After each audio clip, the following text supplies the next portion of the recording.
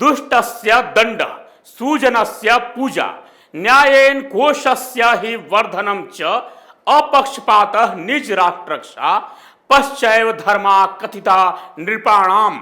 अर्थात दुष्टों को दंड देना, सज्जनों का सम्मान करना, न्याय से कोष बढ़ाना, किसी के साथ पक्षपात न करना और राष्ट्र की रक्षा करना संवैधानिक पदों पर बैठे लोगों का कर्तव्य और दायित्व होता है। आज ये श्लोक मैं अपने देश के माननीय उच्चतम न्यायालय यानी सुप्रीम कोर्ट के लिए कह रहा हूं। नमस्तुभ्यम, आप देख रहे हैं कैपिटल टीवी, मैं हूं आपके साथ अरुण कुमार।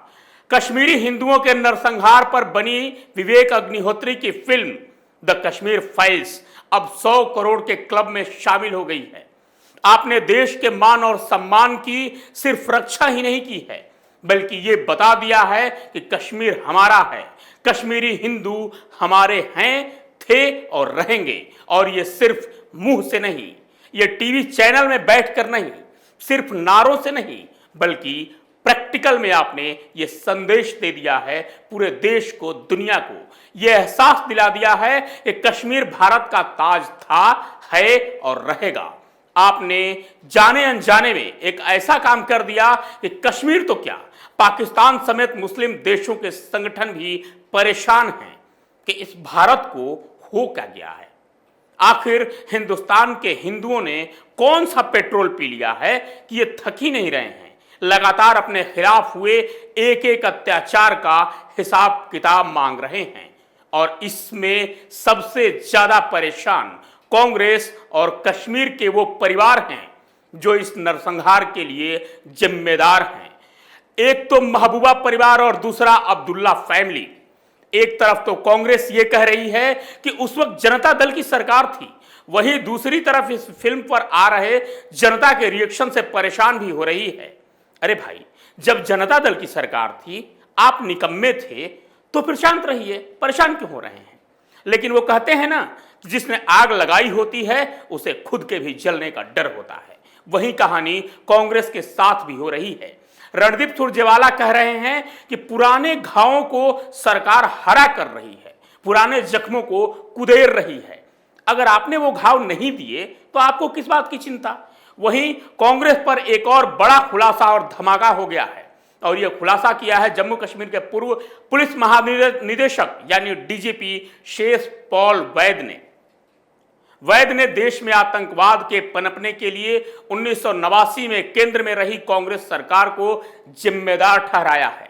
एसपी वैद ने ट्विटर के जरिए कहा है कि शायद बहुत ही कम लोगों को यह पता होगा कि जम्मू कश्मीर पुलिस ने पाकिस्तान की खुफिया एजेंसी ISI द्वारा प्रशिक्षित 70 आतंकियों के पहले जत्थे को गिरफ्तार कर लिया था। पूर्व पुलिस अधिकारी ने सनसनीखेज खुलासे में कहा कि फारूक अब्दुल्ला के नेतृत्व वाली तत्कालीन जम्मू कश्मीर सरकार के राजनीतिक फैसले के कारण उन्हें छोड़ना पड़ा था। बाद में इन आतंकियों ने राज्य में कई आतंकी संगठनों का नेतृत्व किया। राज्य के पूर्व डीजीपी शेष पॉल वैद ने उन आतंकवादियों के नामों का भी खुलासा किया जिन्हें फारूक अब्दुल्ला सरकार ने छोड़ दिया था। बाद में इन्हीं आतंकियों ने घाटी में कई सारी आतंकी घटनाओं को अंजाम दिया। आपको बता दें, फारूक अब्दुल्ला 1987 से 1990 तक जम्मू कश्मीर के मुख्यमंत्री थे। उसी दौरान घाटी में इस्लामिक जिहादियों ने हिंदुओं का नरसंहार किया था। इसके अलावा उस दौरान केंद्र में राजीव गांधी के नेतृत्व वाली कांग्रेस सरकार पर उंगली उठाते हुए पूर्व डीजीपी ने सवाल किया, क्या यह 1989 की केंद्र सरकार की जानकारी के बिना संभव था। पूर्व डीजीपी ने जिन आतंकियों के नामों का उल्लेख किया उनमें त्रेहगाम का मोहम्मद अफजल शेख, रफीक अहमद अहंगर, मोहम्मद अयूब नजर, फारूक अहमद गनी, गुलाम मोहम्मद गुजरी, फारूक अहमद मलिक, नजीर अहमद शेख और गुलाम मोहिउद्दीन तेली शामिल हैं। साल था 1989 में जुलाई और दिसंबर के बीच फारूक अब्दुल्ला की सरकार ने 70 कट्टर इस्लामी आतंकियों को छोड़ दिया। बाद में ये पाकिस्तान का समर्थन पाकर खूंखार आतंकी बने और हिंदुस्तान में कई आतंकी वारदातों को अंजाम दिया। घाटी में हिंदुओं के खिलाफ विरोध और इस्लामिक उग्रवाद को बढ़ावा देने में इनका महत्वपूर्ण योगदान रहा। हिंदुओं के खिलाफ गढ़े गए नैरेटिव के कारण 1990 में हिंदुओं के खिलाफ अत्याचार बढ़े, जो कि बाद में इस समुदाय के नरसंहार की हद तक पहुंच गया। इसका परिणाम यह हुआ कि घाटी में मदरसा समर्थित कट्टरपंथी इस्लामी जिहादियों ने लाखों कश्मीरी हिंदुओं को घाटी छोड़ने पर मजबूर कर दिया। 1990 तक कश्मीर में हजारों हिंदू महिलाओं का रेप, हत्या और उनके साथ लूटपाट इस्लामिक आतंकियों ने की। कश्मीरी हिंदू अपने देश में ही शरणार्थी बनने को मजबूर हो गए। जम्मू के शिविरों में अमानवीय परिस्थितियों में उनका पुनर्वास किया गया। कट्टरपंथी इस्लामी आतंकियों द्वारा कश्मीरी हिंदुओं के नरसंहार पर सालों से दबी बहस को फिर से जिंदा कर दिया गया है। इसमें यह भी बताया गया है कि कैसे उस दौरान केंद्र और राज्य ने कश्मीरी हिंदुओं की पीड़ा पर अपनी आंखें मूंद ली थी, या यूं कहें कि दिन में कंबल ओढ़कर सोने का नाटक किया जा रहा था कि शायद रात हो गई। अब बात जरा दूसरी तरफ मोड़ते हैं। द कश्मीर फाइल्स बहुत लोग देख चुके हैं। अब यह फिल्म 100 करोड़ के क्लब में शामिल हो चुकी है, यानी लगभग 1 करोड़ लोग देख चुके हैं। लेकिन मेरा एक मासूम सा सवाल है, क्या इन 1 करोड़ लोगों में कोई भी जज नहीं है? क्या किसी जज ने यह फिल्म नहीं देखी? हमारे देश के सुप्रीम कोर्ट में 34 जज हैं साल 2021 के आंकड़े के मुताबिक। वहीं 25 उच्च न्यायालयों में 692 जज हैं। क्या किसी ने यह फिल्म नहीं देखी? अगर नहीं देखी तो यह अफसोस की बात है, और अगर देखने के बाद भी चुप हैं तो यह लज्जा की बात है, शर्म की बात है। क्योंकि जो सुप्रीम कोर्ट यह तय करता है कि दही हांडी की लंबाई कितनी होगी, महाकाल मंदिर के घड़े से कितना पानी गिरेगा, सबरीमाला मंदिर में किसकी एंट्री होगी, वो सुप्रीम कोर्ट इतना कुछ सामने होने के बाद भी चुप क्यों है? इससे भी बड़ी बात, ये सब बातें पुरानी हैं, लेकिन नया मामला आपको बता रहा हूं। कुछ माह पहले यूपी चुनाव से कुछ दिन पहले लखीमपुर में कथित किसान आंदोलन में 8 लोगों की मौत हुई थी। उस पर यही सुप्रीम कोर्ट स्वतः संज्ञान लिया था। यहां ध्यान दीजिए, स्वतः संज्ञान, यानी किसी ने कोई याचिका दायर नहीं की थी, और सुप्रीम कोर्ट इस मामले में कूदा, जांच पड़ताल करने लगा। लेकिन यहां जब 4 लाख कश्मीरी हिंदुओं की बात हो रही है, लगभग 4000 कत्लेआम और अनगिनत रेप के मामले पर पूरे देश में बहस छिड़ी है, तो सुप्रीम कोर्ट बिल्कुल चुप है। क्या साहब, कहा गया वो आपका स्वतः संज्ञान वाला हथौड़ा टूट गया या बेकार हो गया? मैं बड़े ही सम्मान के साथ आपसे आग्रह कर रहा हूं कि अपने कोर्ट होने का, न्यायालय होने का इस देश की जनता को, इस देश को एहसास कराइए। आप बता दीजिए कि आप संविधान के रक्षक हैं, किसी सरकार या अपराधी के नहीं।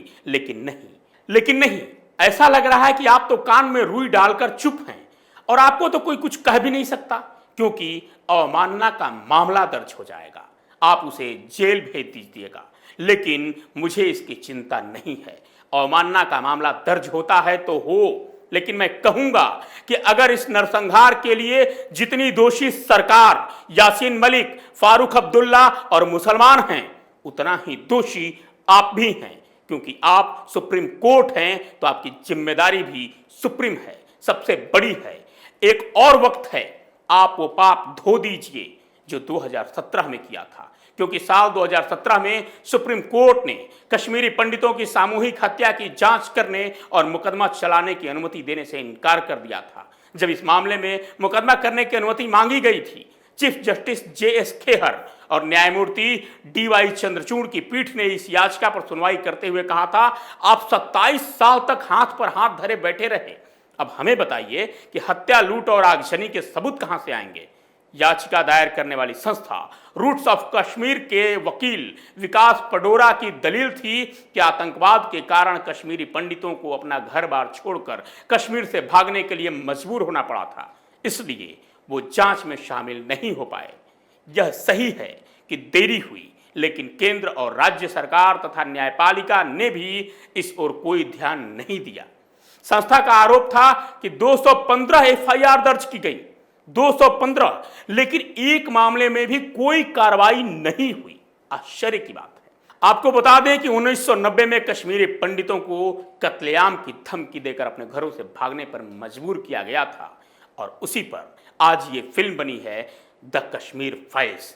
जिसे देख रही है पूरे देश की जनता और देख रहा है पूरा हिंदुस्तान, देख रही है पूरी दुनिया। वो यासीन मलिक जो कई मामलों में वांछित है, आरोपी है, लेकिन उस पर अभी तक कोर्ट कोई ठोस फैसला नहीं दे पाया है। इससे भी बड़ी चीज, तब के सीएम फारूक अब्दुल्ला अभी भी खुलेआम घूम रहे हैं, खुली हवा में सांस ले रहे हैं, लेकिन हमारी न्यायपालिका चुप है, सन्नाटे में है। साहब, एक बार और कष्ट उठाइए और स्वतः संज्ञान लीजिए, इस फिल्म को आधार न मानते हुए, लेकिन कुछ तथ्यों को आधार मानते हुए। एक डीजीपी जो संवैधानिक पद पर था उस वक्त, वो इस बात को कह रहा है कि 70 आतंकियों को छोड़ा गया। ऐसे मामलों में स्वतः संज्ञान लीजिए, इन बयानों को आधार बनाइए, स्वतः संज्ञान लेकर एक बार कुछ नहीं तो कम से कम आयोग बना दीजिए, एक जांच कर दीजिए, एक जांच करवा दीजिए। इससे होगा क्या, उन कश्मीरी पंडितों को, कश्मीरी हिंदुओं के दिल को तसल्ली मिलेगी कि नहीं, हमारे देश में न्यायपालिका है। कहीं से भी हमें ठुकराया जाएगा तो न्याय हमें न्यायपालिका के दरवाजे पर मिलेगी। और सबसे बड़ी चीज, यदि दोषी पाया जाता है, ट्विटर पर या अन्य सोशल मीडिया पर जो मांग भी चल रही है, यासीन मलिक को फांसी की सजा, बिट्टा को फांसी की सजा और फारूक अब्दुल्ला को जेल भेजा जाए। लेकिन आप कहेंगे कि ट्विटर और सोशल मीडिया से न्यायपालिका नहीं चलती, न्याय नहीं होते। साहब, सच है कि ट्विटर और सोशल मीडिया से न्यायपालिका नहीं चलती, न्याय नहीं होता, लेकिन चुप रहने से भी न्याय नहीं मिलता। और वो लोग हमेशा हमेशा के लिए सुप्रीम कोर्ट के माथे पर एक मुहर लगाएंगे कि हमारी बात सुप्रीम कोर्ट में नहीं सुनी गई। लेकिन अगर आप एक बार उनकी बात सुन लेते हैं तो उन्हें तसल्ली हो जाएगी कि हमारे देश में न्याय व्यवस्था जिंदा है। आज के लिए थर्ड आई में इतना ही। कल फिर मिलूंगा किसी नए विषय और शोध के साथ। तब तक के लिए विदा।